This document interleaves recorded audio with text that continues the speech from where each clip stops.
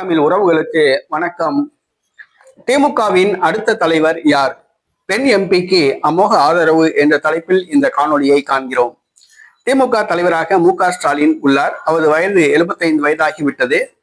அவருக்கு பிறகு திமுக தலைவராக யார் பொறுப்பேற்பார்? திமுகவை யார் வழிநடத்துவார்?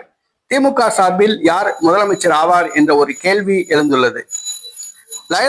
லைலா கல்லூரி முன்னாள் மாணவர்கள் நடத்திய கருத்து கணிப்பில் ஒரு பரபரப்பு தகவல் ஒன்று வெளியாகியுள்ளது. என்னவென்று சொன்னால், திமுகவுக்கு அடுத்த தலைவராக பொறுப்பேற்க திமுக பெண் எம்பிக்கு அமோக ஆதரவு உள்ளதாக கூறப்படுகிறது.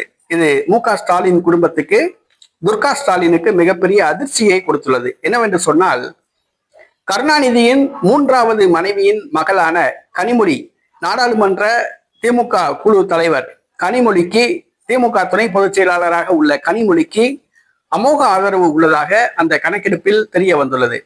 50%க்கும் அதிகமான திமுக தொண்டர்கள் மு.க.ஸ்டாலினுக்கு பிறகு கனிமொழி தலைவராக வேண்டும், திமுகவுக்கு தலைமை தாங்க வேண்டும், திமுக சார்பில் தமிழக முதலமைச்சராக பதவியேற்க வேண்டும் என விருப்பத்தை தெரிவித்துள்ளனர். உதயநிதிக்கு 40% ஆதரவு தான் கிடைத்துள்ளது. அதே நேரத்தில் சபரீசனுக்கு 16% ஆதரவு தான் கிடைத்துள்ளது. ஆக தற்பொழுது திமுகவில் அடுத்த தலைவர் யார் என்ற ஒரு குழப்பம் நீடிக்கிறது. மு.க.ஸ்டாலினுக்கு பதிலாக கனிமொழி அமோக வரவேற்பை பெறுகிறார்.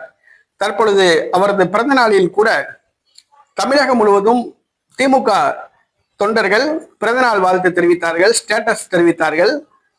சமூக ஊடகங்களில் கனிமொழியின் பிறந்தநாள் வாழ்த்து மிகப்பெரிய வரவேற்பை பெற்றது. இமயமலையில் இருந்து கூட கனிமொழி ஆதரவாளர்கள் வாழ்த்து தெரிவித்து ஊடகங்களில் செய்தி வெளியிட்டனர். ஆக திமுகவின் அடுத்த தலைவராக திமுக பெண் எம்பி கருணாநிதியின் மகள், திமுக துணை பொதுச் செயலாளர் கனிமொழி அவர்களுக்கு அமோக வரவேற்பு உள்ளது.